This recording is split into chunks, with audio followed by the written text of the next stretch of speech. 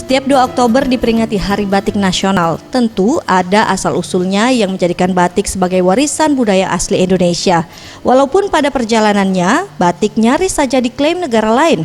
Namun akhirnya batik secara resmi dikukuhkan UNESCO sebagai warisan kemanusiaan untuk budaya lisan dan non-bendawi pada 2 Oktober 2009.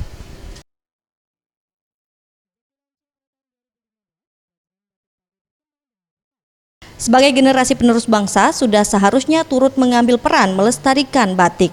Batik merupakan salah satu ikon bangsa Indonesia agar tetap eksis meski beragam busana bermunculan di era modern seperti ini. Jelita, salah satu mahasiswa PTN yang ada di Palembang ini, mengatakan di era modern dan digital saat ini, generasi muda sekarang bisa melakukan hal kecil namun bermakna besar. Salah satu contohnya ialah membagikan hal-hal yang terkait dengan batik di media sosial. Menurut saya anak muda zaman sekarang mungkin lebih memaknai Hari Batik itu dengan memperingatinya melalui sosial media. Apalagi sekarang Instagram sangat booming sekali.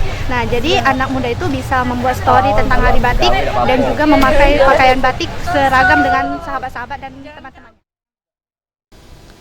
Hal senada diungkapkan Yosi. Menurutnya, Hari Batik sudah cukup efektif untuk menanamkan dan menguatkan citra batik yang positif bagi generasi muda.